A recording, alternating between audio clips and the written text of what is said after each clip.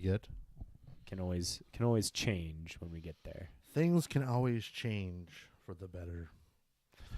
Oh, upcoming events. Oh shit! I probably should find something quick for that. Actually, I'm thinking the only upcoming events to really talk about is the Crazy 8 stuff from Paradox. They had 21 people today at Popper. Damn. Back-to-back weekends of 21 people showing up. For Popper? No, for Just the the events. tournaments. The last one before that was the booster draft. I bet Rich is very happy with that results. I would say so.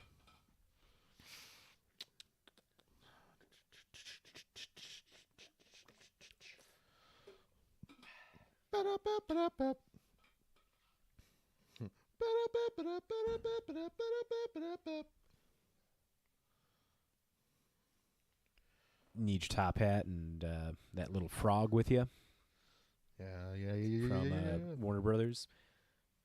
Well, that's right. Their first one was modern. I really wish I wouldn't play. I would have played that one. Fuck. Why don't you show me all of your things, Rich? What are you doing? Oh, I bet you I have to go through the page a bit more to find it. The list. The Spotlight series is modern right now.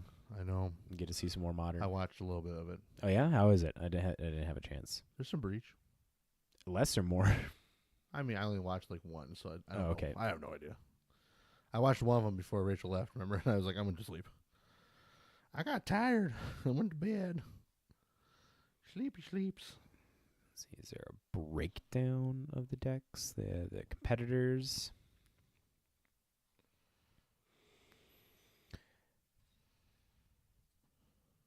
Let's go back to trusty old Reddit.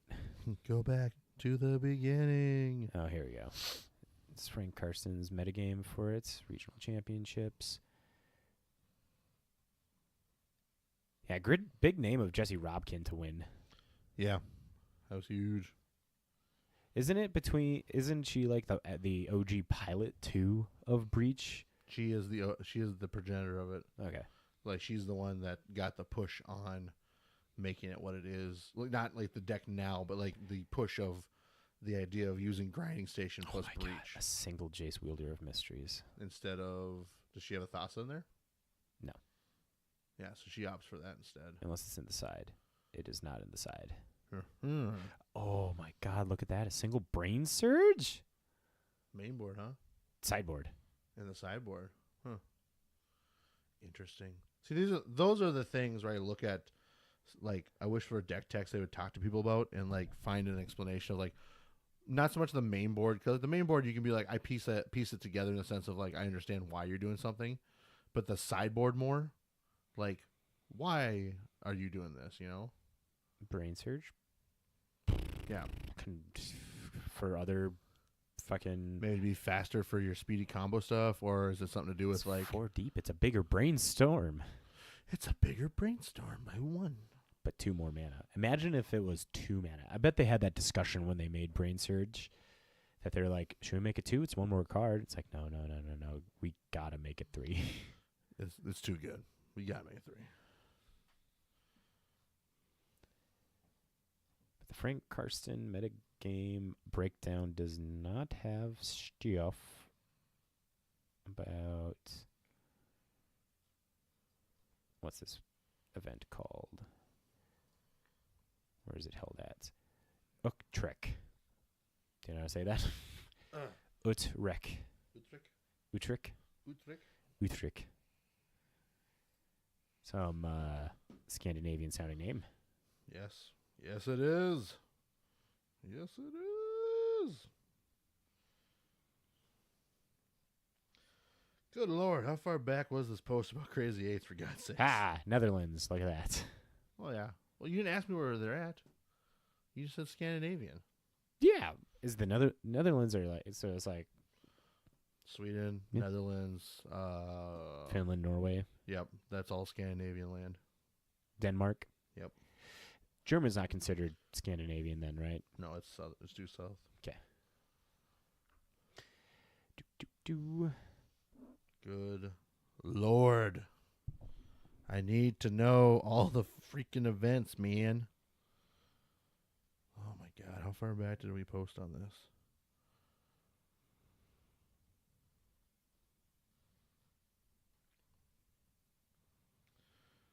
And look at that. They have Frank Carson, commentary, Martin Yuza, Philippa, Simon Nielsen, Arnie Hoschenbeth as commentators.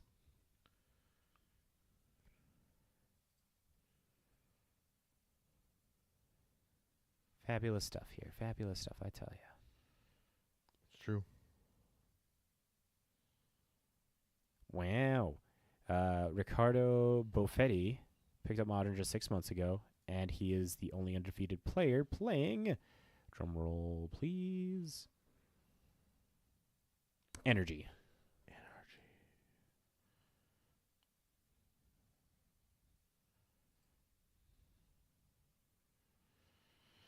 Well, I finally found all the Crazy 8 stuff, so I know it's coming up next weekend now. Yeah? Yeah.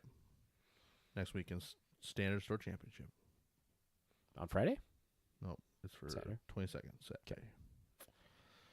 But, like, there was somewhere around here, he had a listing of, like, what every single weekend thing was.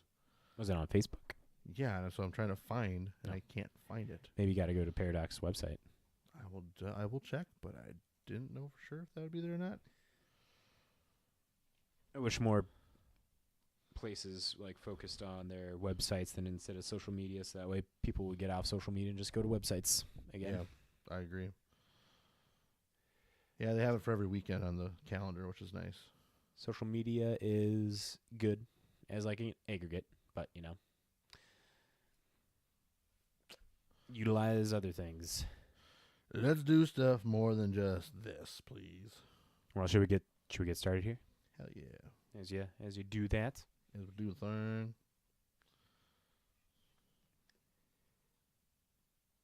Hello and welcome, Magic folk, to episode 243 of This Week in MTG, your aggregate news podcast for all things Magic the Gathering. We're your hosts. I'm Matt. No Danny tonight. Over there, no Big G. He's out giving puppy scratches to new puppy. Puppy love. And we have the returned from the pits of hell, Just Anthony. I want you to know. Hi. No, I had no enjoyment saying that at all. Well, that's too bad. I know. Why'd you have no enjoyment of that? Because it could have been made better. Well, what would you want instead? From the pits of the ball pit. More comical. Fitting. Yeah, but this is like more magic-related stuff, though. The Phyrexian pits? No, like the pits of hell, like the demons, the old pit lords and stuff like that for cards and all this stuff. Could. Sorry I pulled out my old man magic references again. Old man magic references. So yeah, you just got the Anthony and Matt show tonight. I apologize in advance. We will do our best to not make this a 2-hour discussion. This will not be a 2-hour discussion. We have stuff to talk about, and we have to get to it. So let's just jump in, and thank you guys for deciding to click on this episode and listening to us here. We're grateful for the opportunity to bring you the latest updates, insights, and discussions from the world of Magic each week. Here's to many more of shared excitement and community in the realm of MTG. Now, if you're being entertained by what you are listening to right now, go to the podcast app that you're using, do a little doobly-doo, rate, review us, and that helps us in the algorithm for other people to find us. Or if you want to be old school, old-fashioned, like Just Anthony here, just word of mouth. Word of mouth. Tell your friends. Tell your grandma. Tell your store owners that you like to talk to 24/7. Or in Matt's case, maybe tell your cats and dogs. They might tell somebody. Might tell somebody. Write a postcard. There we go. Write a postcard. Go to Jail Beers and write a postcard telling them that you heard this awesome podcast called This Week in MTG. Side note, for any of you that don't get that reference, there's a bar around the nation. Bar and restaurant around the nation called Jail Beers. Yep. They can fit 1,145 people, 32 at a time. Yep. Or something like that. Because they're all designed the same way. Exactly a long, the same way. slotted fucking restaurant setup of a bar. Great. Large selection of beers, large selection of burgers. But the thing that we're talking about here is you can send a postcard. They will pay for postage, and you can send a postcard from Jail Beers. It's pretty much the I am here, wish you were fine. Wish you were fine. You should come get a drink with me next time. Yes. But yes, I'd also Man, next time I go to Jail Beers, I'm gonna make sure to send postcards to people for like, you should listen to this podcast. I'm gonna do that now. That would be so fucking hilarious. Note it. Make sure you don't forget to note it. Yeah, I'm gonna fucking. My wife and I, we like JL Beers. Fun fact as well about JL Beers, vegetarian friendly. They have They used to have water chestnut patties, but now they went to black bean patties, which are just as good and stuff. But that's what got. I feel like black bean patties are better than the water chestnut ones, though. Maddie really liked them comparatively. She's like, they're both good though. Yeah. So I just eat meat, so it's okay. I'm with you on that. Meats all the way. But we're talking about trying to make this episode fast. An omnivore monster. Just eat it all. That's all the podcast business out of the way. That's right. God, we're off to a great start already. Let's go to the breakdown. We're going to jump to the Boggle Desk, where we got some Salt and Sugar reports. We're going to talk about the Spotlight series happening right now, and we're going to talk about RC Charlotte that happened last week. I promise that one is going to be 10 minutes or less. Probably. Upcoming events, we'll talk about a couple of that. We'll dive into some news quickies involving decks on Arena. Going to talk about everything MagicCon Vegas, because a lot of the news is now just starting to drop. Are you ready, kids, for SpongeBob SquarePants? Secret Layers, things coming out.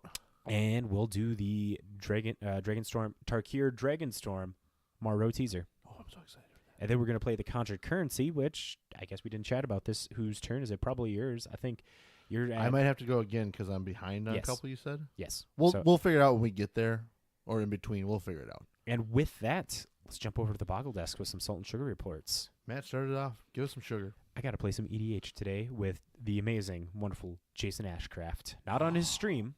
That doesn't matter. It doesn't matter. Who cares about that? It mattered. In general, just playing is the best part. It mattered a few points because he played. So if you don't know who Jason Ashcraft is, he is a very awesome musician that has multiple different bands, nerd themed bands. But the big one that matters to us is Planeswalker. It's a Magic the Gathering power metal band, and they have an album dropped out called The Spark, and it's very good. 5 songs, fabulous. The Forever Serpent, my favorite one, but also Black Blade, great song as well. So he plays Magic on stream a lot of the time, but this time he was like, nah, I just want to play some EDH and stuff. So I got on, played with him. Game 1, he had the new Mimeoplasm, played with his friend Hazelnuts, and also played with Jonathan of Sweden. And I was playing game 1, my Verena the Lich Queen deck, to kind of like get back in there. Newts was playing. God, I gotta write shit down. Doesn't matter. You always need to write shit down because you forget so easily. I do forget it so easily. But the gist of the thing is Jason was able to do everything that he wanted. He had turn 4 Hermit Druid for a big ass graveyard. Yeah. And then was able to make a 15/15 Annihilating Ulamog with 15 Annihilator. You mean Mimeoplasm? Mimeoplasm. No, but Ulamog, because he made it with the Ulamog Defiler? The ability there. Where it gets, yeah. It gets Annihilator for each counter on it. But instead, he also had Skithrix under there. Nice. So Annihilator 15 and gave it Infect and swung out at Jonathan and killed him. And then we were able to, Newts was able to warp world it. So there was red in there, for sure. Not warp world, Chaos Warp, Jason's Mimeoplasm. Which he just threw back to the command zone. Yep. So we bought us a little bit of a turn there, but then ended up, Jason was able to Sage of Hours and with a bunch of counters take like 5 turns and just finish us off. So for everybody that doesn't know what the new Mimeoplasm does, because it is a very new card still. Fair. Here's a quick referencing of what it is. So you have Mimeoplasm Reverend 1 that costs X, black, green, and blue. Legendary Ooze creature 0/0. As it enters, exile up to X creature cards from your graveyard. It enters with 3 +1/+1 counters on it for each creature card exiled this way. So in reality, this thing gets really big really fast if you just paid 6 mana, which is awesome. The other part then too is it has a cool activated ability that says pay 2, and Mimeoplasm becomes a copy of target creature card exiled with it, except it's 0/0 and has this ability. So yeah, I mean, new Mimeoplasm compared to old Mimeoplasm, very potent. Yes. Side note: I have a fractal foil version of this card. Oh yeah. I Is don't it know. pretty? I don't know what to do with it yet. Still, if I should keep it or get rid of it. If you're not gonna make a deck with it, just It's Tra- worth like $100. yeah, trade it in, get more cards. Get more cards. Get cards that you actually need. If you ain't making a Mimeoplasm deck, Well, I'm making a Mimeoplasm deck. ship it in. I also have a foil version of the fractal art version, so I can make one still. Either way, that's Mimeoplasm. Yeah. So Kick your teeth in. game 2. That's just silly. It is. It was fun. I enjoyed it. I didn't do a lot that game. Game 2, I pulled out my Thraxamundar deck. Still didn't do much there, but it was great because Jason brought out Braids and Jonathan brought out Mrs. Bramblefoot or Bramblebum, the bunny, Yeah. and stuff. So essentially, they were drawing cards up the wazoo. Braids Adept was giving us all this shit and drawing all these cards. Mono blue control. It got to the point where Jason had Psychic Possession, which was the original Ravnica or Dissension enchantment that made you skip your draw step, but whenever a player enchanted player draws a card, you draw a card as well. It's like a consecrated sphinx for just a person. Yeah. And so he did it to Jason, who's drawn a bunch of cards, Rhystic Study, and No more dragons. whatchamacalls it, Immortal Sun. So he had like extra cards that he was drawing and stuff. And it got to the point where they were drawing cards, doing things. They both had Heliod, the enchantment one that gave all your stuff flash and reduced the cost of their Phyrexian spells. version one? Yep, and reduced the cost of their spells equal to the number of cards that their opponents drew. So they're both drawing cards, reducing the cost of spells. Shit's getting wild, man. It was getting so wild that it got to the point Jonathan had 45 cards in deck, and Jason cast Gadrick the Wizened for 46. But in flash response, Jonathan cast Jace, Unraveler of Mysteries, to win the game. That's the lab man, Jace. Yeah. To those that didn't know, the good mill Jace. so it was hilarious. It was wonderful, Well, I shouldn't say the good mill Jace. It's one of the good mill Jaces. and I did jack shit that game as well, as did Newts. Newts was doing more. Newts was playing her Ren and Siri deck and was starting to drop down a bunch of Daggos and Katos, and it was really good. Random thought I just had that you gave me. What's that? I'm gonna make sure to note this down. EDH deck I need to build. What's that? Oops, all Jaces. Oops, all Jaces. Dude, with the OTJ Jace, that's such a good fucking Jace, I believe. I think they're all great in their own light. I mean, besides the one we won't talk about from the core set from before. You're not even going to talk about Trenchcoat Chase from Eldritch Moon? No, that one's okay. That one's still better, too. One of my favorites, Architect of Thought. I know, right? It's- Dude, like I know like a lot of people thought like that was supposed to be kind of like the next Mind Sculptor in some ways. And then it's kind of like, oh, it's not that good. But the reality is that's actually he's a really good card. It's such a real well balanced card. 100%. I would say I put it this way right now. If that would come out in standard now, it would be a really potent card compared to when it came out back then. Like back then, like the strategies were so much different, like versus now, like when there's so much like small creatures and wow, wonderful side tangent. We're going on even more to the story that we have already. But like, you know, that's what I'm saying. Like it's just one of those things where it's like, he's so good. I like him. That version's so fucking good. Then you get Factor Fiction with it, and then you get to cast spells from your graveyard with it. It's just a well-rounded Jace. I like it. No, the Jace that we don't talk about that's really bad is from Core 15. The Jace, the Living Guild pack. Oh, I completely forgot about that one. Like he's so bad. Here's what he does. We're just gonna read the abilities really fast so you can remind everybody how shitty this guy is. +1, you can look at the top 2 cards of your library, put one of them into your graveyard.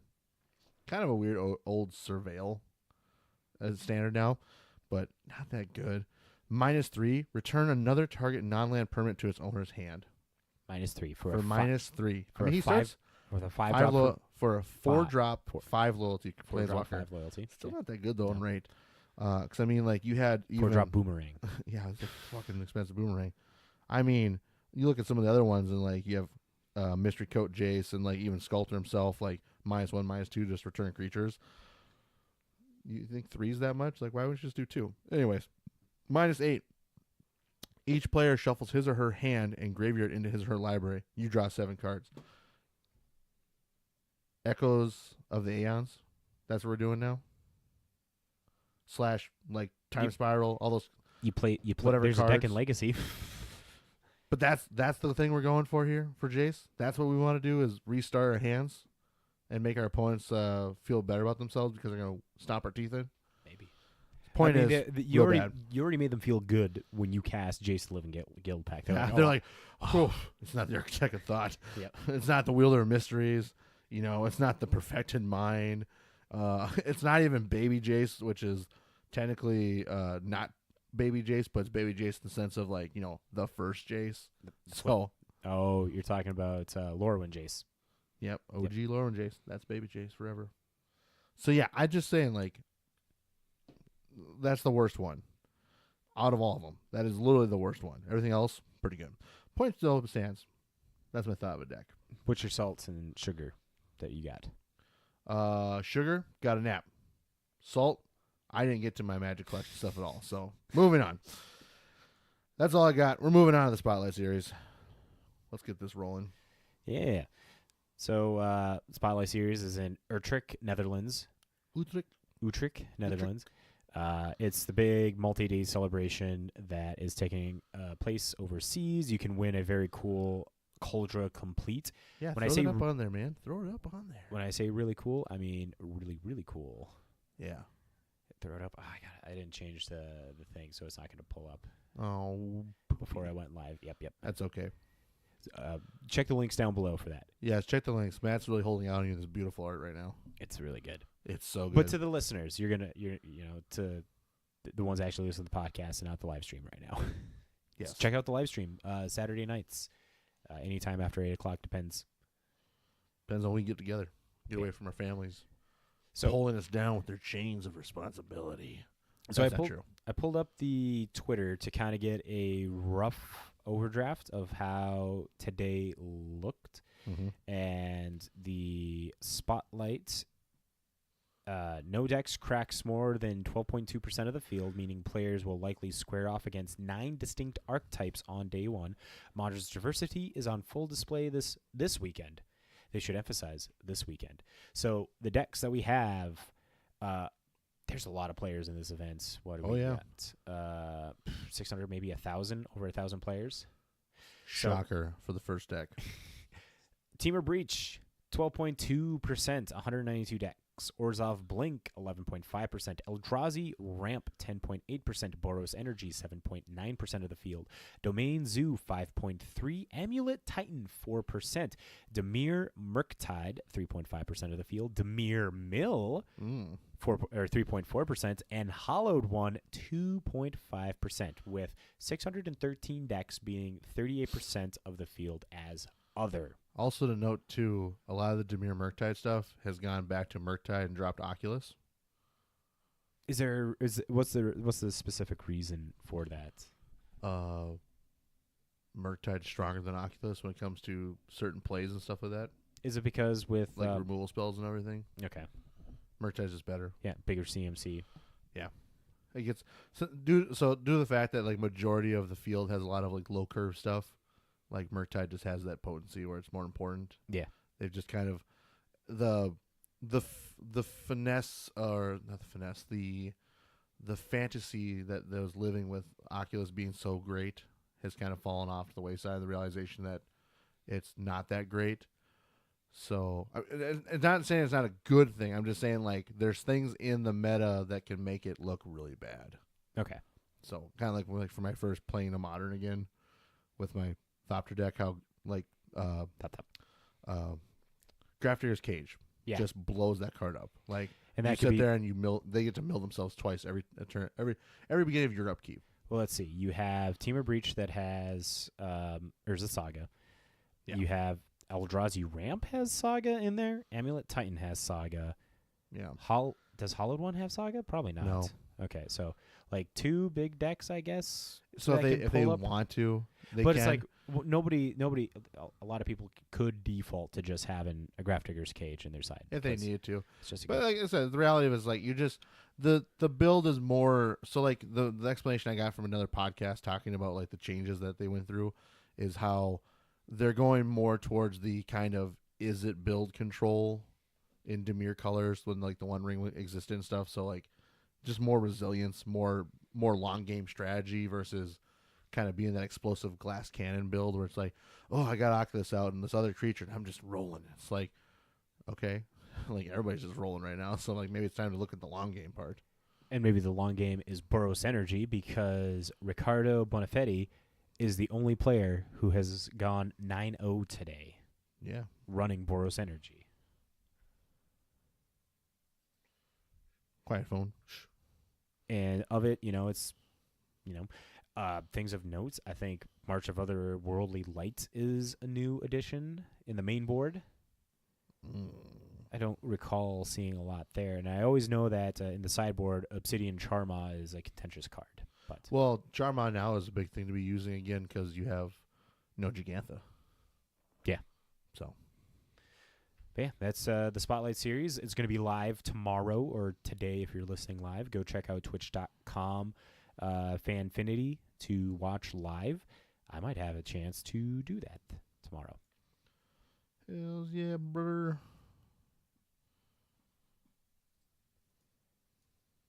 And then we have SEG Charlotte from the other week when we were recording. We just mentioned that it was live and stuff. And this is where we're probably going to get into a little bit of stuff here because the deck So, Matt. that won. So, Matt, before we tell them what deck won, let's just take a little fun game to play. Okay. Top 32 decks. Yes. How much of it do you think was Grinding Breach? You can't ask me because I already know the answer. I know. Or am I supposed to be playing a little coy tongue-in-cheek? Sure, do it. Okay, well, everybody loves Team or Breach, but, I imagine it's going to be very popular. I'd probably say 1/3 of the field at most in top 32, but that's at most. At most. And that would be wrong because, of course, we all know it was over half the meta with 17. It was over half the meta. I know, right? Holy balls. Over half the meta was 17 decks. So then it goes into, what do you think top 8 was? Maybe like 2 squeaked by at worst. At worst. At worst. Of course not. It was 6 in the top 8 with 2 other decks. 6? Oh, my God. Point being, so we're going to get this out of the way now. Grinding Breach, it's really good. I mean, it has always been. Rephrase that before you say it. Yes, it hasn't always been good. With the reintroduction of Opal, it has been pretty good. Mopal has given it legs. Mopal also has shined a light on it where it's like, this is kind of a problem. Anyways, long story short, yes. Grinding Breach won. It was by Jessie Robkin. Congratulations. She is, some have said, and I'm pretty sure this was mentioned in the Dive Down, not association with them, but just something that I heard they were talking about, like Matt and I were discussing before the show started, was, she's one of the like kind of progenitors of the Grinding Station Breach deck archetype. Not so much like this version. Like this version came to be because of like pieces coming back, pieces that were there before. She's one of the people that was like Grinding Station and Mox Opal and Underworld Breach. Do you guys know that if you have a 0-drop artifact you can just recast over and over with Grinding Station and Breach out and play? You can do anything. Yeah. That's pretty much what she did. So, like we said, that's the point. Awesome, and kudos to her for, taking it, because that's fucking awesome if you're like the progenitor of like an archetype and known for it, and then you're the one that wins the tournament with it. Awesome. Downside, though, there was a lot of complaints about really boring mirror matches, really boring play, really, because like that's all it was breach. I will give it to them. Of a lot of the Charlotte that I did watch for the rounds and everything, coverage did a really good job of trying to like not have a lot of breach in the coverage matches they were doing, because they really badly wanted to like showcase everything they could, which was great. But top 8, yeah, you got to a point where it was Boros Energy, Amulet Titan, and 6 grinding breach decks, and that got lame fast. Can we have a little breath of fresh air with one deck that made it into the top 32, top 16? Yes, because this is the one that this is a deck that is definitely really, really. I will not say it's really good and like it's the best option against Grinding Breach, but it's something that can actually really steal wins from Grinding Breach easily if you play it right. It's a deck known very much as like the not the meta killer, but it has one good weekend because nobody prepares for it. Yeah. And stuff like literally It's a meta. nobody. It's a meta slayer because you forget about it. There we go, Meta Slayer. The deck we were talking about, Demir Mill, 8 crab baby. Ooh, ouch. Nothing too fancy in this. You got Hedron Crab, Tasha's Hideous Laughter, and Glimpse the Unthinkable, Fractured Sanity. Yeah, Drown of the Lock, Archive Trap. You're doing everything. Let's just put it this way: the strongest card in this deck that really destroys Grinding Breach is if you have back-to-back Tasha's Hideous Laughters. That gets out a lot of the deck because it's really hard to add up to 20 with these decks. Yeah, what's the average? Like, great example, average curve. On the grind breach deck here, we have. We'll just take the first place winner. Yep. So you have 1 Jace Mystery of Thoughts or Wheeler of Mysteries. Yep. That's 4 drop. That's only 1. Out of 60. For the new Tameo, they're all 1 drops. Yep. 4 Emeries, which are 3 drops. Yep. Then you have Haywire Might, which is a 1 drop. Then you have Mox and Mishra's Bauble, Mox Amber. Those are all 0, so they don't really matter. Yep. Grinding Station. 3. That's a 2 drop. Oh, is it? Yeah, it's a 2 drop. 2 drop. And there's 3 of those. Yeah. Pithy Needle's a 1. Ether Spellbomb's a 1. Soulguide Lantern's a 1. Underworld Breach is 2. You have Malevolent Rumble and Grape Shot, which are 2s. Preordain's a 1. Swan Song, Lightning Bolt 1. Sink into Stupor 3. And that's the deck. So there's not a lot of 20 count makers in this thing. This is really hard. Yeah. So Tasha, like, especially if they start to like get there by doing some rumbles and things like that in the graveyard, there's also possibilities that Tasha could just take it out right away. Yeah. Now, that doesn't mean you're just gonna roll them over. No. Because you also, as a mill player, remember, they also use constructs. Yeah. So it's not just that easy. But this deck is definitely a meta slayer all the time because people forget. But this is actually one of the decks that I thought there was like a percentage thing somewhere that they showed. It had pretty good win rates. It wasn't above 50%, but it had pretty good win rates against Grinding Breach, though, for like the breakdown. We got to find that somewhere. Yeah, I think the math is here. A 62% on opponent match win percentage. Yeah. Yeah, but that's their win rate for the tournament. I'm talking about like a deck overall, like number of copies type of thing. Oh, well, yeah, I can a win matrix that we're needing for this. But I know exactly where to pull one up. But when it comes to meta slayers, it just dawned on me. Yes, we're tangenting off here. We're going to do our best. But when it comes to meta slayers, is Mill the meta slayer that everybody needs? Like, it's when it's a meta slayer, it's really good compared to the meta slayer of Burn. Everybody back in the day, if you didn't prepare for Burn would sometimes just like pull the rug from out underneath you. I don't think Burn can get you there anymore, but Mill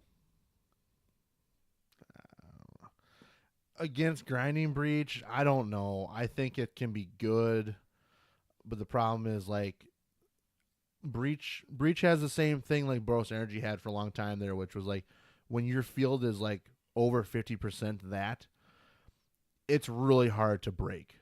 Like, you can't be like the one person playing this deck and thinking that you're going to beat over 400, like,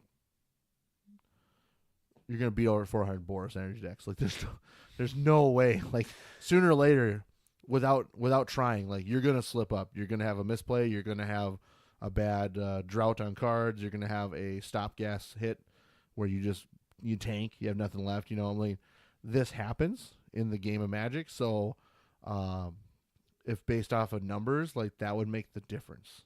So what you're saying is, if you feel like you need something to play against Grinding Breach, try this out, but don't hold your breath as this is the best choice.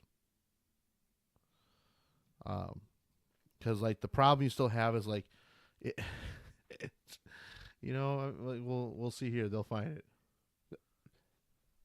for overall win matrix here. Yeah. Okay. Overall win matrix of Mill, 46%. Yeah. And let's see. It had a 50% match win against Teamer. And it has... Let me back up here to see if... Oh, it doesn't. Boros Energy, Eldrazi, Ramp. So loses significantly to Boros Energy. 33% win rate. Shocker. But 65% against Eldrazi. Yeah, because they're slower. 49% against Orzhov Blink. Yeah, see, not that good. But 69% against Amulet Titan. Yep. So here's the thing. Against like slower combo decks, you can get there with this deck. Against fast aggro decks, you're just a duck in the water. Just waiting to get killed. And like, Teamer Breach, it's not like super slow, but like it's slow enough that you got some time. And if you mill them, like you can slow their pieces down. But the problem is also, remember too, you are filling their graveyard, which means they can pop off sooner if they need to. Because this deck doesn't take much mana to just go. All you need in the graveyard is a Mox Opal, or 2 Mox Opals, play a station, and then play a Breach, and you're golden. Like, this ain't going to take too long to get there. So, I don't know. Overall, our stance on Charlotte, it's great that great tournament, great that Jessie won. Glad for her. I think that's awesome. Yep. I definitely have been going back and looking at a lot of the matches and stuff and just trying to piece together ideas of things. My big takeaway from this tournament, though, was Underworld Breach is broken right now. Is too powerful. Not the card to get rid of would be Mox Opal. I feel like Mox Opal is more of a shining light on cards that are problems, since it's more of an enabler card to things. And this goes back to the idea of, like Matt and I talked about earlier this week, about like how Faithless Looting was a shining light to Hogak. And like Hogak was just the problem, so you should have just got rid of it in the first place. Same here. Breach is the problem, probably should just get rid of it. Like, we've had discussions about other stuff too, with like maybe picking certain cards out, whatever. But reality is it doesn't matter. It's the caveat of the deck, which, sad to say, it's the piece that has to go. It's just too much. Do want to say it is banned in Legacy and Pioneer, also Explorer on Arena, but that's Pioneer and stuff. Yeah. Let Underworld Breach stay in a format to get played, because it's really fucking cool. Yeah. I mean, so side thing about the whole situation, we did talk about discussing like if they took Grind Station away. Yeah. Because Grind Station, is it a part of the deck's like identity? Yes. But it is, if technically you ever wanted to get to something to explain how a problem is there, Station is probably something you could take away from the deck to let it live and be a part of the meta, but it would drop to a tier 2 real fast because it's not fast enough to compete in the tier 1 stuff. But then, like, if you have cards like Malevolent Rumble and you have cards that allow you to, like, mill over your cards in some way so you can get there, like, you could easily do it. That I think Underworld Breach could stay. But then again, it's like, what's the next thing? What's the next thing? What's the next thing? So, I mean, I don't know. Wizards, you're going to make your choice here coming on the 31st for your ban announcement or BNR announcements and stuff. Hopefully get some more unbans. Hopefully we make some correct choices on banning some stuff. I'm not saying that certain things that just recently were unbanned aren't on the chopping block as a possibility.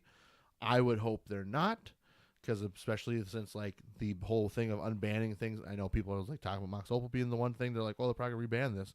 It's like, but the thing is, like, this card wasn't okay for the secondary market. It's a cash cow card, so I don't think Wizards cares about the secondary market as they say, but in reality they kind of do, because you sell cards. They're just never gonna say they do. They'll never admit it. They'll never admit it. But the reality is, like, they got economists on their board. I feel like in their this is the moment in time of banning Mox Opal, is that there's a possibility we might see a cool special guest appearance of it coming up in the next year or two. So that's really a cool idea of a thing. Maybe sell your opals now. Sell them now, make some money. You heard it first from Anthony. That's Opal all. hands. That's all his decision. Take his financial. No. No. But no. Put words in my mouth there, Matt. Jesus. So, I don't believe Mox Opal is the choice. Agreed. They like they said in the article when they wrote what they did, they picked these cards unbanned for not only nostalgia for the format, because Modern is a nostalgia format. It's not supposed to be a high. Well, I mean, it's a high competitive format, but like it wasn't designed to be considered as its face value the the high competitive scene. It was seen as we want people to play with cards they really enjoy, essentially being the vintage legacy formats that we love. Like, play these because you love them, for the older folks that play, to the younger folks that play that got into it at whatever time. So that also being the fact that it's a pillar for, like they said, multiple artifact based decks. Yeah, because I mean, you have Affinity. You have Affinity. You have Urza. Hard Scales. You have Urza Thopter combo. You have I'm blanking on the one that I've talked about before. It's a very off the cuff type of deck. I'll come back to that. Cheerios. You could use it in Hammer Time if you really wanted to. Like, there's a lot of decks that can like sub base themselves off or side shoot to use the card. Grinding Breach is an example of that. Grinding Breach is not technically really an artifact based deck. It has become over time because you have Saga, and you now have Mox Opal, Mox Amber, Emery, and then you also have Baubles and stuff. So like, it's kind of become one. Originally it wasn't. Originally it was Jeskai Ascendancy was the combo with this whole thing, and Mox Amber and everything else. So I don't think you punish the artifact players for this. I feel like if you take out something for the equation, like, some other things can prosper. But then again, this comes back to, if you're going to, you need to surgically look through and find also what other decks, like, Orzhov Blink is becoming very popular, which I agree. But here's the thing. Do we start looking at finding out what we maybe should take away from that deck sooner than later? Like, just to help slow it down a bit, Like, that's what I'm saying. Like, hopefully we surgically extract the things we're supposed to. Okay. And then fix it when the BNR comes. But I digress. I don't have anything else. Okay.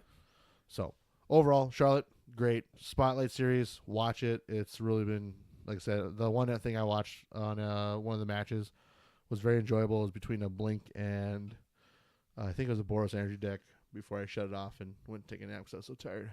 But hashtag dad life. No, it was enjoyable to watch. So, I mean, like, I'm going to go check out some more stuff later tonight, probably before I go to sleep. And then, yeah, catch some more tomorrow. Upcoming events. Yep. All I really got is just letting people know we have at Paradox here in Fargo, we have the Crazy Eights going every weekend, alongside also every Friday still until March 30th.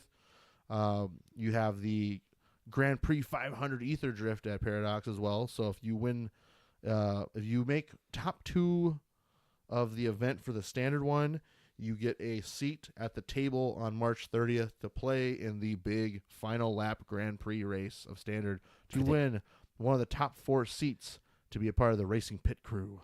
To win a free jacket. That looks really fucking sick. Yeah, I mean, it's a jacket. It's not crazy cool, but let's be honest, it's sick. It's sick. What's cooler to win besides just cards and some cash? A free fucking jacket your size of your choice. Yeah, that you can wear and show off. That it's a wearable trophy. Exactly. And then the other part, going back to Crazy Eights, today was Popper. Once again, they had another huge turnout compared to like last weekend's booster draft for Ether Drift. They had 21 people there. Guess what today was? Another 21 people. Very good. So, I mean, the numbers are looking good. Next week will be on the 22nd, and this will be the standard Ether Drift Store championship for the Crazy Eights event. So if you're looking to, get whatever the promos are for that one, I really don't know what they are for this seasonal time. We can always look for it later. It's not a big deal. Yeah. I mean, Matt's going to look in the background. I'll just keep going with my stuff. But that will be starting at noon. This is one of the most competitive Crazy Eights tournaments that they'll have with many prizes available. And we're racing to halfway point of the series and halfway to our final table seats that will be taken after this one. So, overall, like I said, this will be the Big Star Championship. And what cards do we have, Matt? Deep Cavern Bats, Preacher of the Schism, and Virtue of Persistence. Oh, those are pretty cool. All good cards. All black. Yeah. All mono black colored cards, even cooler. I would love to have all of these cards. They look really cool. That Deep Cavern Bat, especially. Ooh, that thing looks menacing and scary. That gives like Dracula graphic novel kind of vibes and everything. Yeah, it's like you're shining a light on a bat that's like running through the dark, and it's like, oh shit. I also like the Preacher of the Schism art a little bit, and the fact that like it kind of makes me think of like this is a badass vampire like dude that he's got some stuff. He's carrying instead an of engine. Yeah. He's a Preacher of the Schism, and he's carrying an engine. Like, canonically, the art does not seem to match what the name would imply. No, but it's very ether drifty, which is kind of cool. Like, I would argue that's more Tenacious Underdog. A little bit, yeah. Than Preacher of the Schism. Or, But that Virtue of Persistence, that art is fucking sick. It is good. That knight, he or she's going to have a hard time getting up to the top of the tower. Yes. But those are the cards. So, yeah, if you want to join this event, check it out. Get there. Entry fee is $19.99. Format is going to be constructed Swiss rounds plus top cut prizes. Like we talked about it, you also get an exclusive black and white Crazy Eights playmat, plus your seat at the Crazy Eights finals table. You get your WPN promo prizes for Ether Drift Store Champs. First place will get 2 Store Champ first place promos, 1 regular, 1 Paradox Comics written on. Then you also have for top 8, they all get 2 top 8 Store Champs promos, 1 regular, 1 Paradox Comics written one, which will probably be this Preacher. And then, of course, for participating, everybody's going to get one of those sick-ass bats. Yes. So, prizes for this also, first place, 1st through 4th, 8 standard play boosters of their choice. 5th through 8th is 4 standard boosters of their choice. Everybody else for participating, you will get 2. So, if you want to be there and win a spot at that table, you better show up next week. Yeah. For $20, though, that's not that bad for a store champion price either. No. Yeah, so moving on to the news. The news. Got a couple quickies to get out of the way here. This one I just thought was interesting on the Magic News website. They have champion brawl decks that are available until March 18th that you can purchase. 5 new champion brawl decks, each helmed by a powerful legendary creature that's ready to take on the metagame. As with past MTG store decks, the prices are prorated. You only pay for the cards you don't have in your collection. I just find that kind of neat. So we have Oleg Fused Atrocity, which is the Eldrazi one from Modern Horizons 3. Yeah. There is Bristly Bale, Prosper Tomebound, Philia Exuberant Shepherd, and Castriel the Wind Crested. So you can get all these decks. Again, they're prorated. If you have some of the cards, it reduces the cost.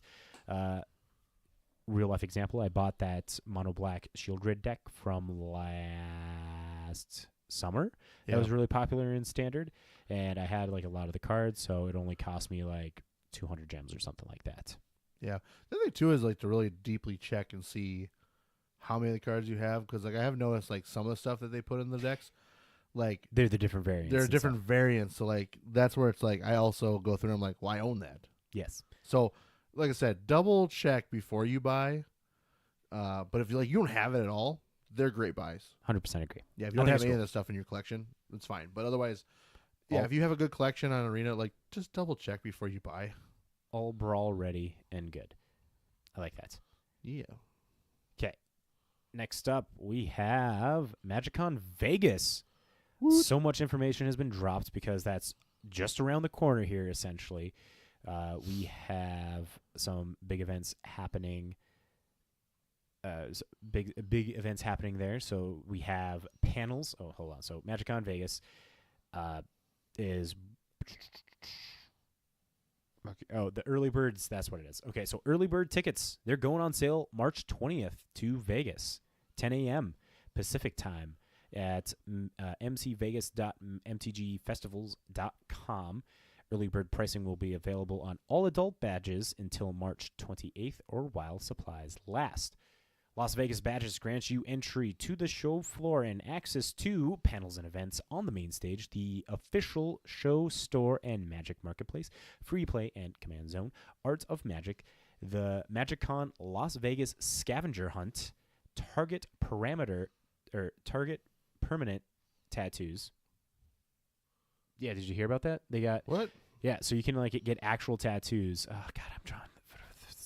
Not a pop-up tattoo shop, but like around town here, at least in Fargo, there's some stuff where it's like you get just little pre-selected tattoos that you can get. Yeah, the artist can just do for you. Yeah, there's a special name for it that I'm just drawing a blank on and stuff.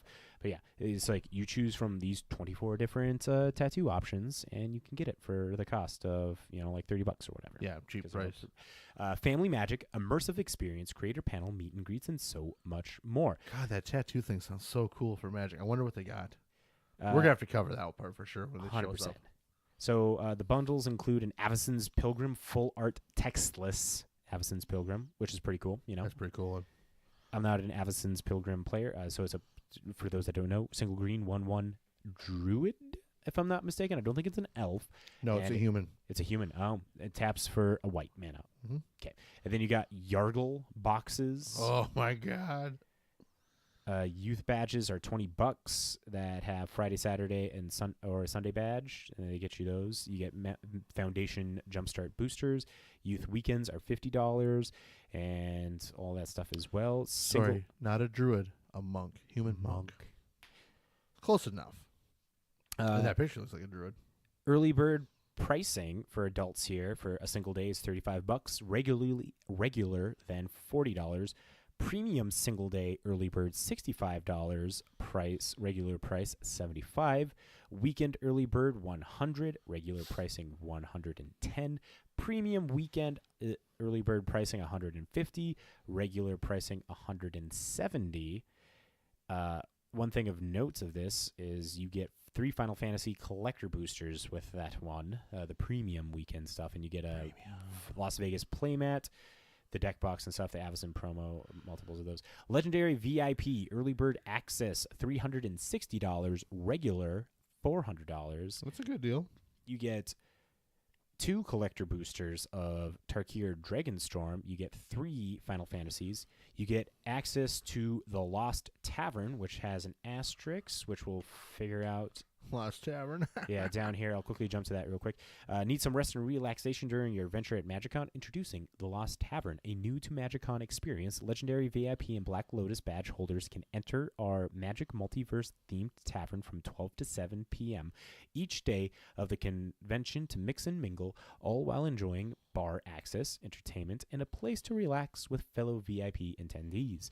More information about it will be available closer to the store. Yeah, you also get an official exclusive Lost Tavern pin, 10% off official show store merchandise, legendary VIP drinkware, bag, playmat, MagicCon 25 deck box and sleeves, and MagicCon Las Vegas official pin.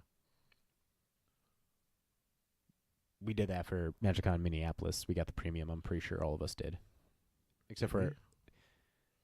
Yeah, we all did premium. Yeah, our one guy from Grand Forks. He did the Black Lotus. He did the Black Lotus one, which is pretty fucking cool.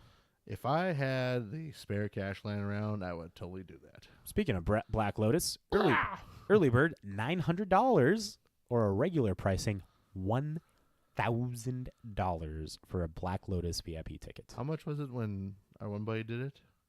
It wasn't this expensive. I think it was like $600. Yeah, I thought it was like 6 or 7. Because if I recall correctly, I think we paid for our premium $280 or $300. Our premiums? Oh, no. We paid like $80 or $90. It was a couple hundred. No, it wasn't. Listen, the premium weekends here they say are 150 or 170. I don't think we spent that much. I'm pretty sure, if I remember correctly, it was something about like around close to $100. Okay, at most. Maybe. But like I remember, it was a big thing that our buddy up north there. He got so much. He did the VIP, and he got access to like a lot of stuff. Yeah. But now again, that was like the first time we had that was the second MagicCon. Yep. Because the first one was Chicago? Philly. Yep. Philly, then Minneapolis. But I mean, now again, there's probably way more stuff even for this one. And it's also in Vegas. So there's going to be even more stuff. So yeah.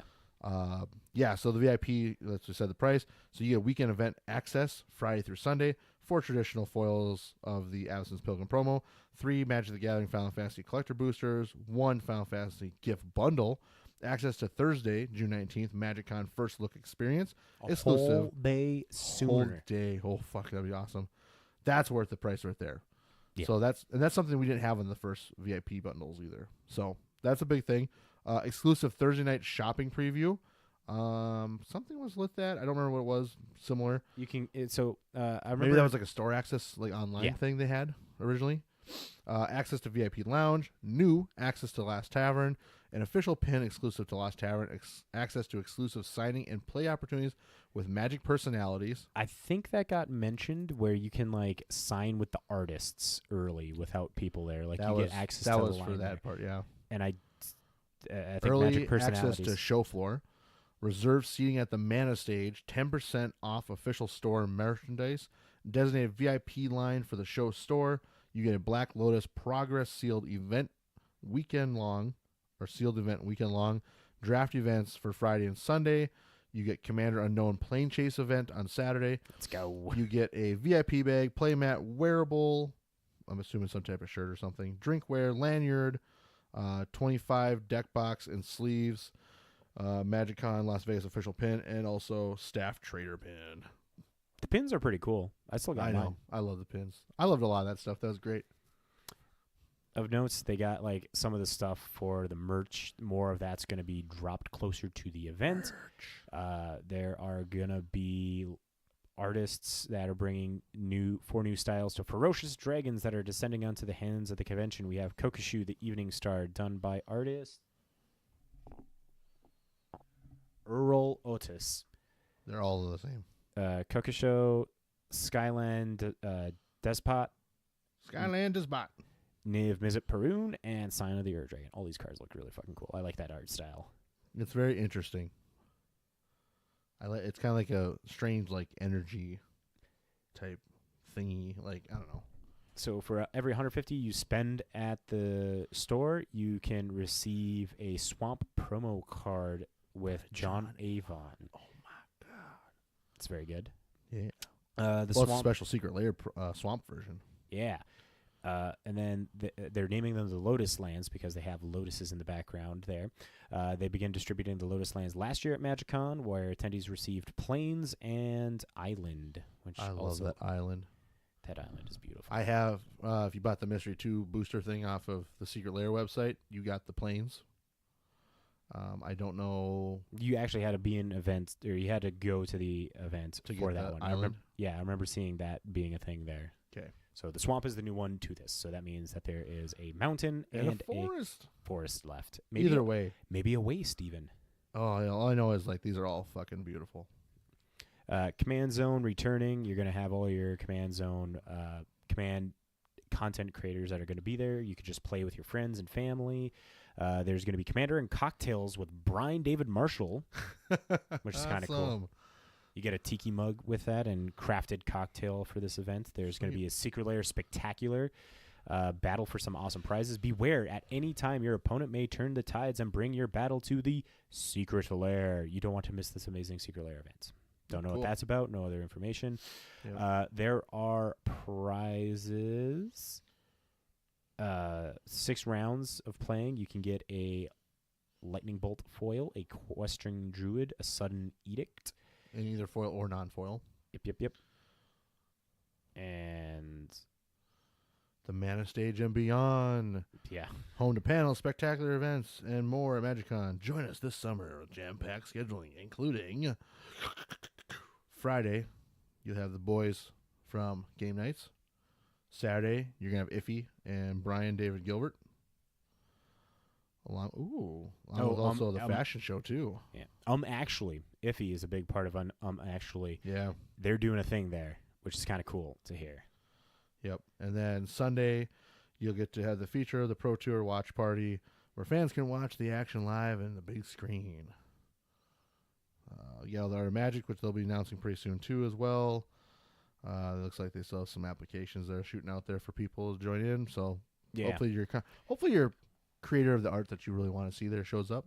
If not, maybe the next one. Yeah, and with that as well, you can bring a portfolio. They're doing that again, where you can bring a portfolio of your artwork to artists and get like seen by them. I don't know the full-on details of that. You got to like fill out a thing online for that, and other things that you can fill online is a content creator badge you can fill out or a press badge as well. So kind of get your stuff in there for newsing or other things. As Contenting. well as, content. Like if we'd ever have a booth at one of these, it'd be crazy cool. One day. So that's all the information that we have at the moment of MagicCon Las Vegas. I think that portfolio thing's really cool. Yeah. Help you get seen. Yeah. Kind of work with their company then too if they like think you're really good. Then wouldn't that be just cool? Get taken under the wing of like Chris Ron or John Avon. That'd be pretty cool. Or To artists that are aspiring for stuff like that, it could be worth it. Sick. Could very well be worth it. All right. Matt, just peel the band-aid off this next one. You know people are kind of like up in the air about this. Are you ready, kids? Aye, aye, Captain. I can't hear you. Let's just go to the secret lair, please. Okay. If you couldn't tell by that, there is now a secret lair. We got more information on the secret lair, SpongeBob. Yes. Matt, actually, I never really have asked your opinion on this. Like, in general, when they first announced it as a thing, like, did you really care that much? Or, like how did you feel about it?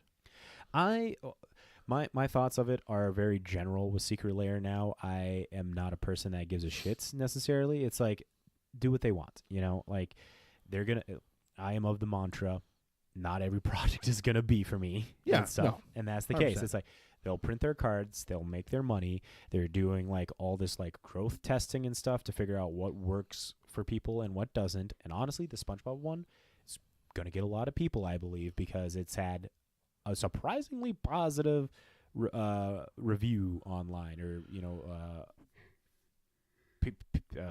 entrance. Good feedback. Yeah. So I'd probably say it's 70% good feedback and 30% negative right now. 100%. So my thoughts on it are, I'm perfectly fine. When they first announced SpongeBob, like at worst I was thinking, they're going to do, it's just a fortnight of it and stuff. And lo and behold, that's exactly what it was. It's just reskins of current cards.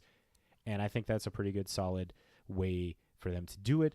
And I think one thing of note maybe going forward to pay attention to is the fact that the secret lair drops are probably going to, they're not going to be doing more mechanically unique cards in the drops.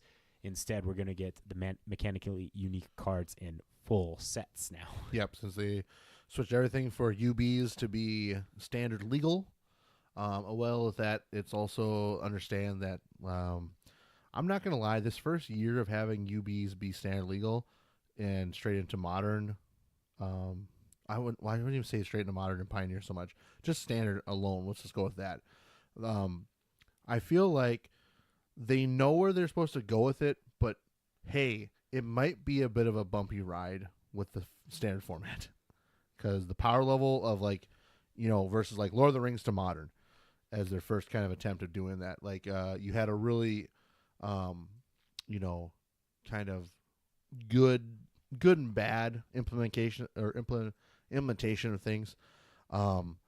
Like for example, the idea of how good the One Ring was really overshadowed because of a scam deck and because of some other pieces that kind of like pushed it out of the meta right away. And then in the long run, we found out that the One Ring was really good. Yep. And then for some people like me that saw it right away, was like, this card's really good beyond just Commander. But it's kind of slow against like aggressive stuff. Okay. But, you get down the way and you're like, oh, no. This is really good. So I don't think we're going to have that problem again. I don't either. But I think we're going to still run into something where it's kind of the idea of like,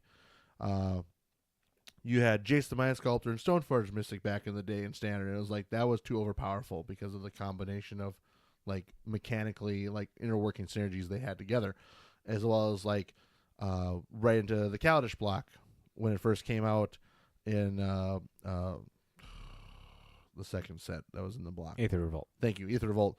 Right away they were like, oh shoot, Felidar Guardian and Saheeli Rai, they make an infinite combo, so we ban one of them from Standard right away. I think they'll be better in knowing that doesn't happen. We might find something down the road. Wizards will hopefully do a better job at that. But like I said, I'm a little leery about when Final Fantasy drops, about when Spider-Man drops, and when Avatar drops. Just because I'm just I'm leery about the play mechanics part of it. Not so much that I don't think the cards are going to be cool. I think of what we've seen so far for Spider-Man that got released for the toy event for Hasbro. Yep. 2 weekends ago or a week ago. 2 weeks ago. 2 weeks ago. Last week. Oh, it was last weekend. It was So, last week. For that, I think those cards they showed off are really good. I think mechanically they play really well into everything for formats that you want to play with them. Same with like stuff they've shown off for Final Fantasy because they're pushing it really hard, even though that's a summertime set. But I think overall, like things look really cool. I like once again, not everything's for everybody. If you don't want to play the cards, you don't need to play the cards. But just if you're a competitive player, just don't deny yourself that if something's really good. Maybe you want to pick something up. Deep down, I want Aang, the Last Airbender, to be super strong. I want Aang, the Last Airbender. I feel like I kind of want to see them have it where you have 4 cards that meld together to make it. Interesting. You know, I don't know how mechanically you can do this, but I think that would be super sick if you ever wanted to bring back the meld mechanic in one way, having the ability to combine all 4 elements of water, earth, fire, and air. And just be like, they flip over this kick-ass looking Aang, and it's like, oh. But, we'll see. Want to make it clear? We don't know if Aang the Last Airbender is a card. It just seems like a slam dunk name there. I mean, yeah. Seems like low-hanging fruit. Anybody could guess that. But yeah, we're not talking about Aang. We're talking about SpongeBob. Fucking and we're going to get back to that and then move on to the awesome teaser that I'm just waiting to just talk about so bad. So currently, the release date is not out yet. Let's see. No. Let's double check. No release date. But These cards, though, make me laugh so hard. They're all reskins of cards, which, honestly, perfectly fine, I'd say. That's kind of what people 100%. have said that they wanted with Universes Beyond, is like more of the reskins, so that way you don't necessarily have to play with them. As well as also not having a situation of like The Walking Dead. Yes. Where they have to worry about universe within cards so much.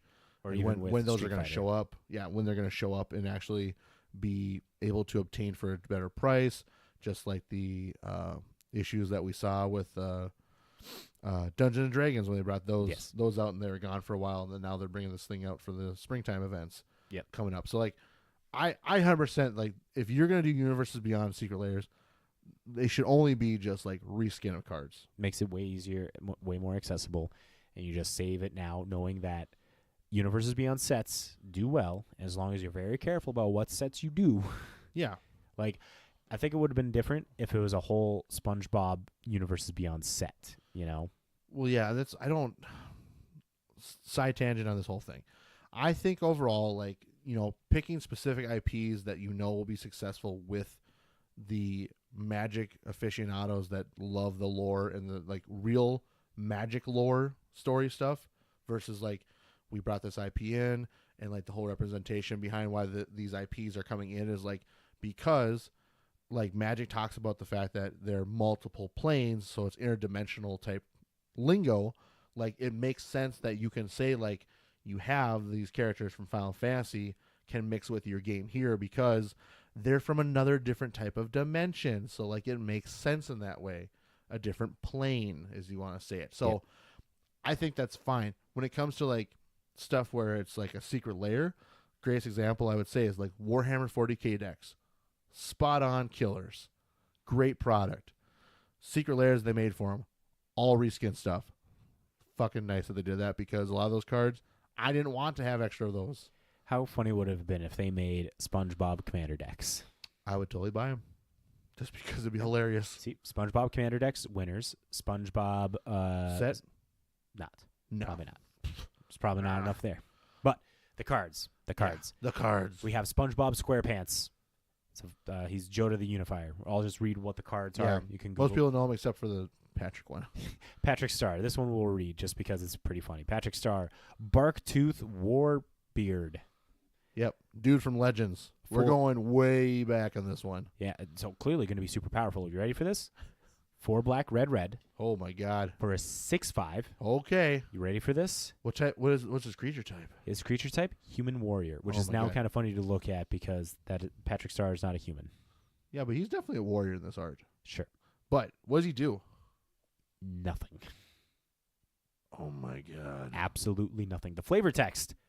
I don't get it. I don't get it. So, Patrick Starr, a 6'5" for Is 7 mayonnaise an instrument? for nothing. Squidward, sarcastic snob, is Grizzlick, the Ithilid scholar. I think that was the Baldur's Gate. Yes, the one? Baldur's Gate one. Baldur's Gate, whatever they call them. The 3 mil guy.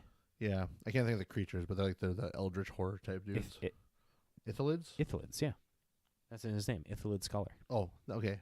I didn't hear that part. I'm sorry. We have Plankton, Tiny Tyrant, which is Skrelv the Filermite. That is awesome. That is such a good one. Good choice. 100% good choice. This next one is a very hot topic. It is, surprisingly. I didn't think it was. I thought this was a good choice. Gary the Snail is Toxriel the Corrosive. Yeah. And why is it a hot topic there, Anthony? Well, because Gary is a snail and Toxriel is a slug. Oh, that's the point? That's the hot part. Oh, I thought the hot topic part was people No. were saying they should have went for the low-hanging fruit of Great No. Merchant of Asphodel. No, the hot topic is people are super upset right now because it's Gary the snail, But he's a slug horror. but they gave him the slug horror card, which, listen, overall, I think it's a good choice. I agree. But 100% agree. I also understand the anger behind, people aren't upset about Patrick. Well, actually, that's not true either. I saw some tweets on that one too. They're upset because Because they're pedantic assholes. no, that one was they're upset because it just says I don't get it, Oh, and they're no. like you could have went so deeper on things. No, I'm referring to Gary the Snail being them Oh. pedantic assholes. Yeah, that they are. But yeah, the hot take on the Gary the Snail is because they picked a slug horror creature. But there's no snail though, so I was like, this is the closest we got. Yeah. We have to roll with it. But at the same time, this just proves how powerful Gary is. If you didn't know in the show, he's a pretty powerful guy. Yeah, Gary's pretty powerful. Just like the next one. Sandy Cheeks Martial Astronaut. First off, such a cool fucking name, Martial Astronaut. Let's fucking go. It's Toski, Bearer of Secrets. Yep. Very, very fitting. 100% fitting. Toski wants to go into combat, kicks butt 99% of the time. Yeah. Sandy Cheeks kicks cheeks 100% of the time. Exactly. There was a little argument that people said this should have been Chatterfang, and then I was like, no, man, she's a fighting squirrel. Toski's perfect. Yeah. Then we finally have Mr. Krabs. Penny Pincher is Charix, the Raging Isle. I like this. It is. I love it. It's great. And that one is the Secret Layers Legends of Bikini Bottom. So you can have one of these at the helm of your commander deck.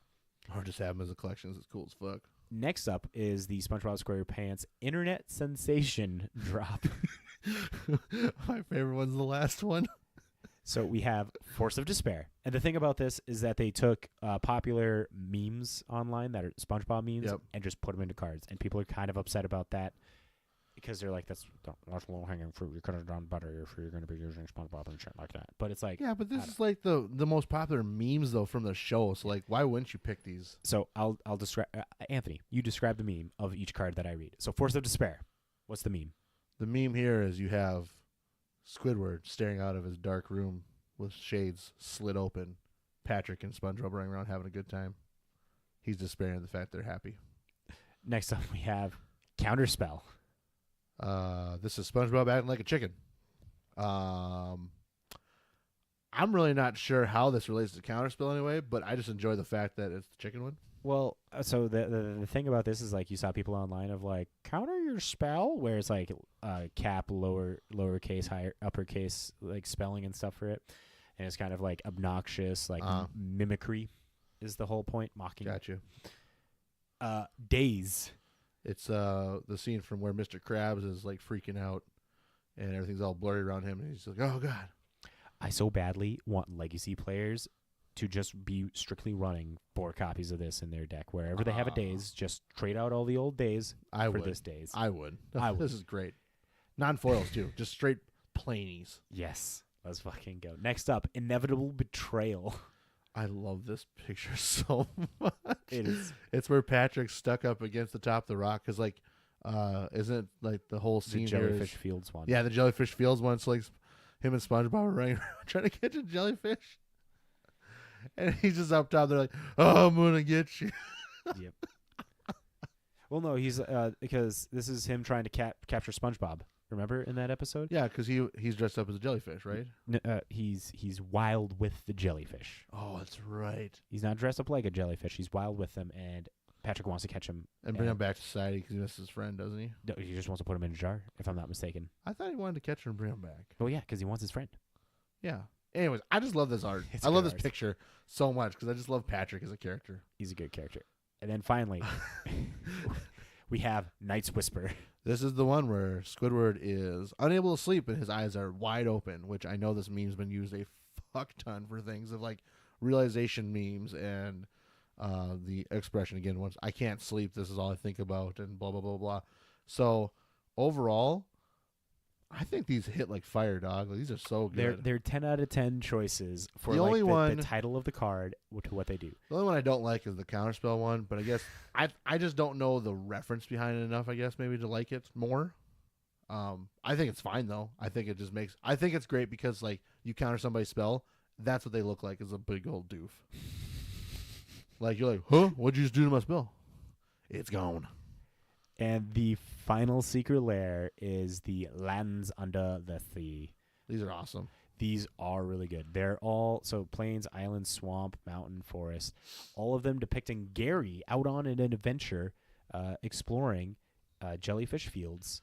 The entrance of Bikini Bottom that you see at the beginning of each episode, the little buoy that's on a stick that says Bikini Bottom. Yep. You're going to Rock Bottom. Yep. The bus stop. and Swamp. Which is really fucking good. I love that episode. Oh, that episode That's a good one, too. It's a really good fucking episode. Yep. We hit rock bottom. Mountain, I don't know where that one's from. The only mountain reference I can remember is where they all become superpowers. They all get superpowers and... Krakatoa! Yeah, that's the only thing there. And then, so that's the mountain. And the forest... I think seaweed forest. The seaweed forest, I think, is when they have the scouts one. The scouts one, and the conch, the magic conch cell. Oh, yeah. Magic conch! But again, this is all Gary exploring these things. Yep. And the topper, the piece de resistance of this one, you get a food token. That is a Krabby Patty. Fucking right, it's a Krabby Patty. Can you guess what my favorite land art is? Out of these five? Out of these five. Think hard. Think hard? Yeah, it's not gonna be easy. You can't go off of like my favorite color types and stuff like that. You have to go off of like art style. What do you think is my favorite one? Okay, so if you're saying I can't go off your favorite colors, then just I'm giving you a nice free hint. I know, because that means it's not blue or black then. Yeah. So as much as I do love the bus stop, it's pretty great. I'm gonna say it's probably the plains here. The plains is probably your favorite. If Wrong. not that, it's gonna be the second one is forest. Is my guess. And you're still wrong. Wow, it's the mountain. I love that art so much. Just Gary. Oh, we gotta watch out for the exploded mountain or underwater volcano. Yep. I enjoy Gary just be like, oh, gotta move. I think my favorite art-wise would be the plains, just like scenery. And then I definitely would agree mountain is the next. And then I would rank it swamp because of rock bottom, and that's just because of the show, primarily than the art. Yeah. Then forest, and then island. The island's just boring, Well, it's the entrance to Bikini Bottom. We all know we're on the water. Yeah, it's fine. It's fine. But the food token, it's hot. It's fire. Fucking fire. They go on sale beginning 9 a.m. March 24th. Each drop will be available in both non-foil and traditional foil for $29.99 and $39.99 respectively, while supplies last. I imagine, remember, with Secret Lairs, they already have a set amount printed already. Yes. So if they are sold out, they're sold out fast. They either didn't print enough or they sold out fast. Those are your two options. Yep. So if you want this a week from this coming Monday, just be ready to go. I know personally, I think I might try and get a set of each of these. Not sure if I want to do foil or non-foil yet, but I definitely want some just because they're cool to own type of thing. Don't really need it for anything else, So, are you ready for me to read some teasers? I'm ready for you to read some teasers. All right, we're heading over to the blog talk here with Maro's Tarkir Dragonstorm teasers. Before previews for Tarkir Dragonstorm officially begin, I thought it would be fun to do yet again another duelist style teaser where I give you tiny hints of things to come. Note, I am not giving you partial information. You're not giving us partial information? Oh, I only am giving you partial information. There you go. Just kidding. Reading is hard, guys. I know. First up, we have some things you can expect. A cycle of Dragonstorm enchantments. That's pretty neat. I imagine they make a dragon and they do a thing with the dragons.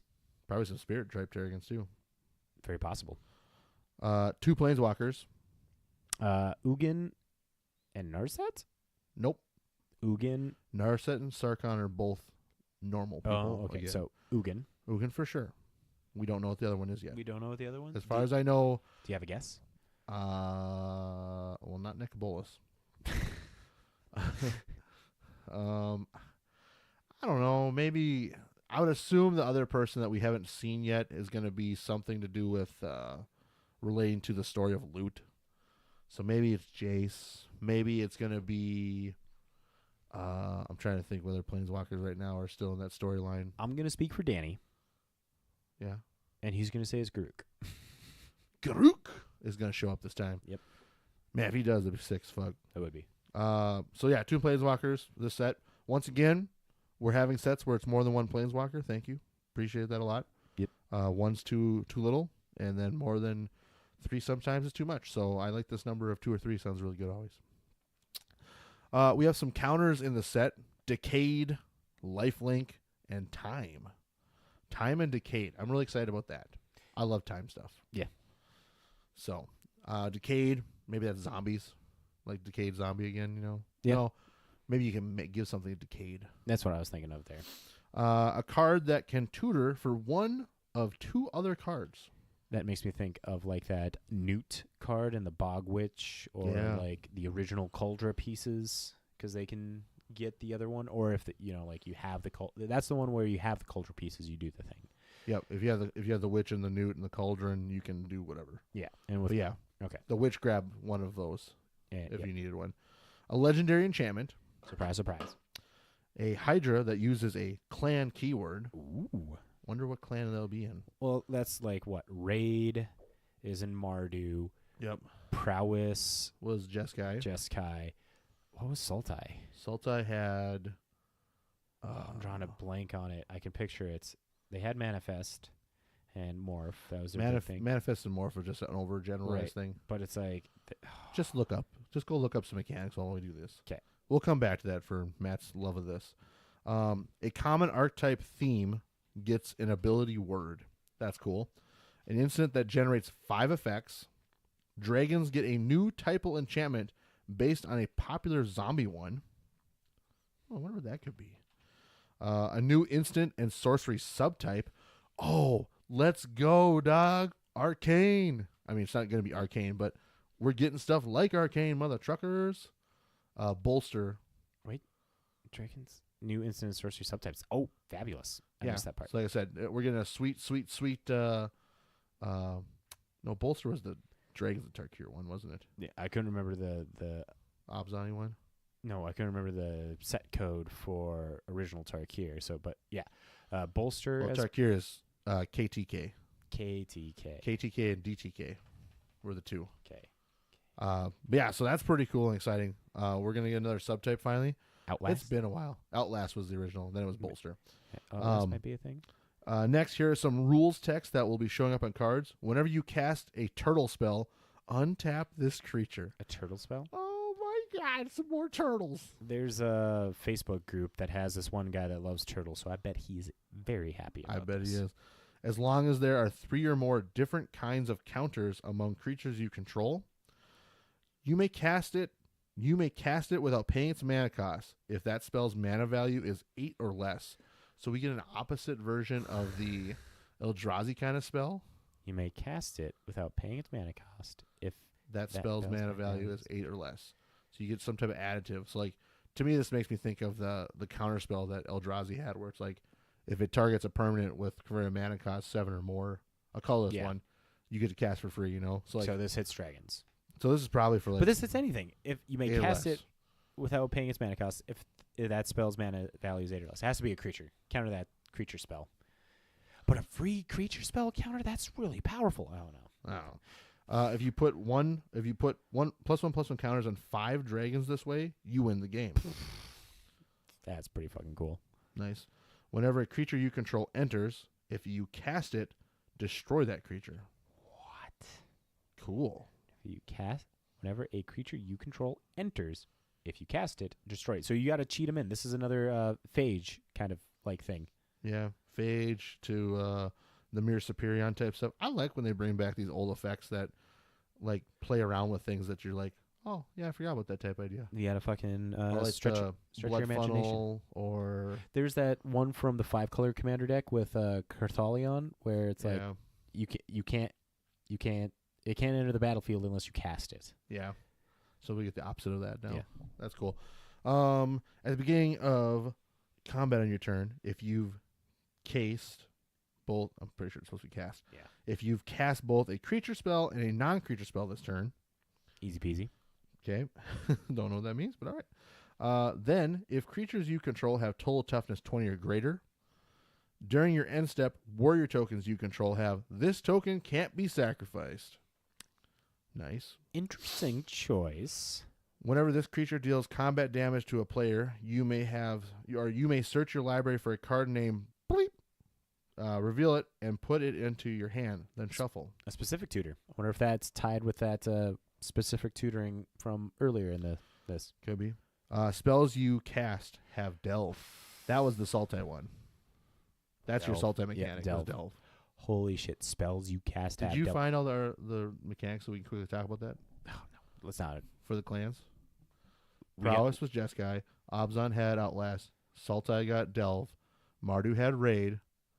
What was Teamer? Teamer. It was Yeah. ferocious. No, that was Nope, that's Dread. correct. Ferocious. It was ferocious. Because Formidable was its That was the other. counterpart. Okay. I don't know how the fuck I remember all these random things. Of It like, happens. like you said the first thing, and I'm like, oh, this is what it turned into. It's so stupid that You just remember it. I hate it. I hate it. Spells you control have Delve. We kind of had a Delve spell with Titan's Nest in Ikoria. Yeah. So I like that though. I like that. But that means like there's probably one card that does this. Yep. So it's like Underworld Breach all over again. It's gonna break everything. No, there's not enough cards in your graveyard to delve forever. Delve cards are powerful. Hey, Brain Surge can now be Brainstorm with that. Super Brainstorm. Let's fucking go. We'll see what it is. Here are some creature type lines from the set. We have Dog Monk, Elfin Druid, Yeti, Yeti. Jin Cleric, Zombie Advisor, That's cool. Kirin, Snake Shapeshifter, Chimera, Artifact Creature, Chimera, Artifact Creature, Ape Snake, and then Legendary Creature, Zombie Snake Warlock. Also, just to mention too Sidisi. quickly. Or a Sidisi-esque thing. Yeah, I would say Sidisi, I'm pretty sure, died in the story. Also to mention too, prior to the Chimera, those are just regular creatures. They're not like artifact or something special. I didn't really read it too fast for you. I'm sorry. Finally, here are some names in the set: All Out Onslaught, All Out Assault. Good Lord, I had a hard time with that one. Words are hard. I just wanted to have Onslaught for some reason in my head. Cruel Truths, Desperate Measures. It's good. I love it. Dragonologist, That's a good title. 100 Battle Veteran, Lightfoot Technique, Rescue Leopard, Seize Opportunity, Stillness in Motion, War Effort. I imagine Stillness in Motion is a Jeskai card, and War Effort's a Mardu card. Yep. Seize Opportunity. That could be an Abzan thing. Or 100, I bet you actually 100 Battle Veteran, because it probably relates to like their Ancestors of the Sand and stuff like that.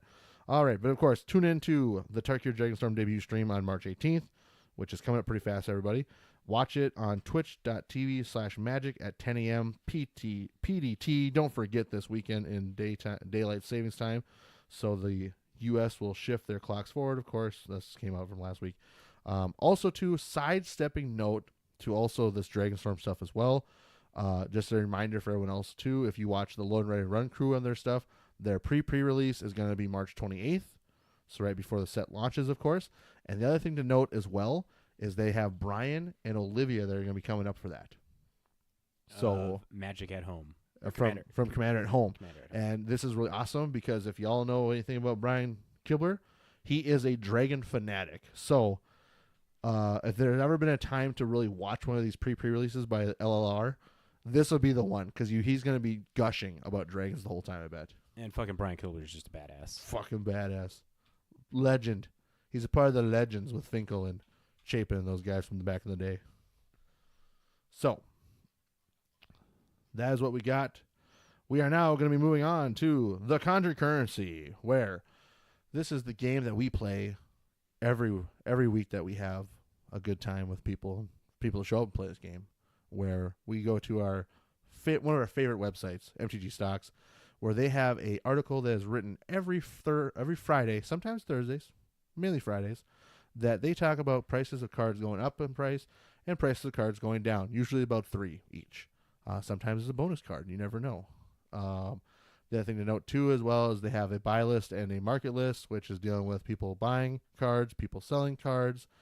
We will talk about the main card that they're talking about that is going up in price. We also mentioned the prices. We sometimes will mention, like, what was the lowest price point ever if it's a really big difference. Also, we'll talk about all the versions of the card that are made so you can also find out what you're looking for. And as usual, one of us will always be playing it, and most of the time, none of us ever read the article, so we have no clue why. So we have to do a bit of a history check on explanation of why the price is moving up. Now, for earning points, you can earn points by the fact of if you can name the format that's causing it to move up in price and the deck, or if it is Commander specifically for that format, if you can name the commander or commander strategy, if it is a commander, to earn a full point. Otherwise, per our judge that is asking the questions, they decide how much pointage we will get. Matt, is there anything else I have to cover on this? No. I think we hit it all. Yes. All right, cool. It is, again, I think I am playing because I'm still down. Yeah, we're going to let you play here. I'm still down a couple of games, so last week when I got to play, I did pretty well. This week, maybe we can do better. Who knows? Starting off, we have Braylon Skyshark Rider. 3 and a red for a 3/3 legendary creature, human shaman. Partner with Shabraz the Sky Shark. So when it enters the battlefield, target player may put Shabraz into their hand from their library, then shuffle. And then it reads, whenever you discard a card, put a +1 counter on Braylon, and it deals 1 damage to each opponent. It has a red target shark, gains trample till end of turn. This card jumped up 141% and was at $7.98 as of yesterday, but today it is at market price $179, average $370. Foils going for $249. European average 84 cents. This only has one other printing and then a list. Don't remember which pack that came in. This is from Commander. Oh, the packs that came out for the list? Yeah, the last. So it came out Commander 2020, and it's one of the lists. I don't remember. I know I pulled one of these out of a pack. I just can't remember what the pack was, but yeah. So, Anthony, Braylon Skyshark Rider. Why is that moving up?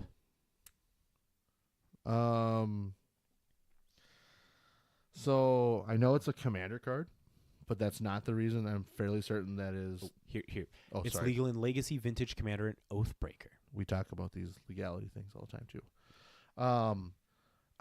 I have this like weird, sneaky suspicion that it's in like some weird Legacy like discard kind of hollow one type deck where it's using the new Marauding Mako. And it just goes in the theme of like cycling and discarding and dealing damage and stuff. So like, my vote is Legacy, and the subgenre theme to it is, like I said, it's some like cycling / discard deck that runs this, the Mako, maybe the new Monument. I don't know. What is it, Matt?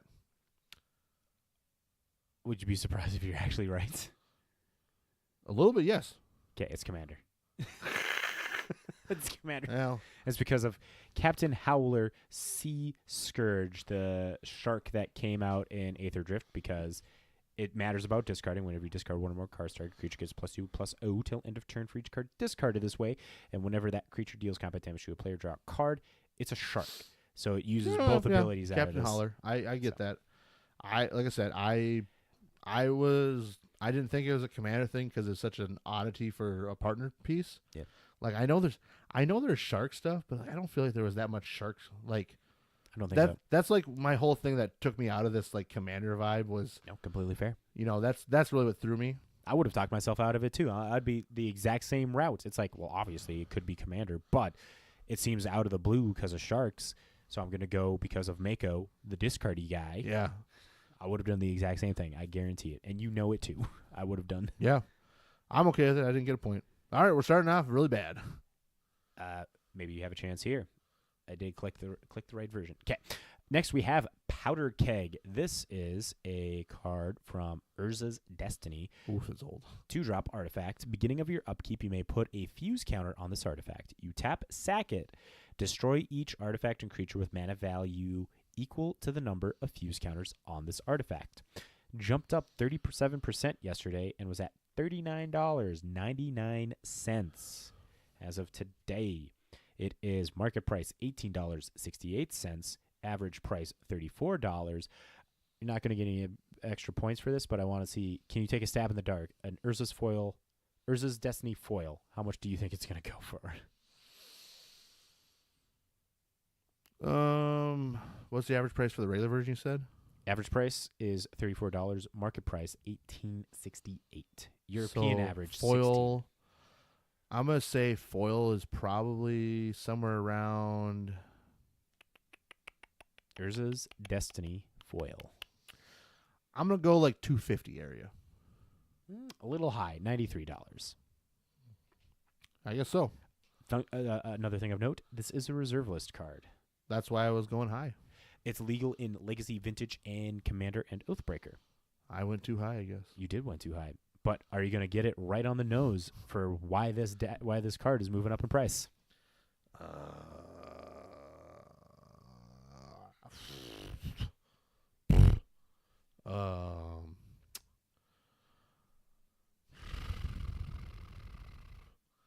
It does fuse counters, and then you can sack it to destroy each artifact and creature with mana value equal to the number of fuse counters on this artifact. I mean, I'm thinking it's commander related, just because this is a really strange card in like specificity to what it does. So I feel like this is definitely not a legacy or vintage thing. I'm going to feel like an idiot if I'm wrong, of course. But I think it's commander-based. And I feel like it has something to do with the... I'm assuming something to do with like one of the new Ether Drift commanders mainly, which, if I think correctly, I would almost say it would be the what's the other? It was Saheeli, and who was the other one? What's her name? Oh, yeah, It's not Pia. Yeah, it is. Is Pia in that? Yeah, it's Pia. It's Pia and Saheeli? Yeah. I think it has something to do with like the Pia one. Because like Saheeli was energy. Anyways, I don't know. I might be just wrong in the commander part, like the commander and like deck itself strategy. I don't know. It's just it's a removal effect for artifacts and creatures. So, well, no, because that really works against you for artifacts. So then, like, this has to be like an anti-artifact type thing. So, I'm gonna say I'm just gonna go with commander as the format. That's what I'm kind of locked in on. Okay. Artifact and creatures with mana value equal to the number of fuse counters on this.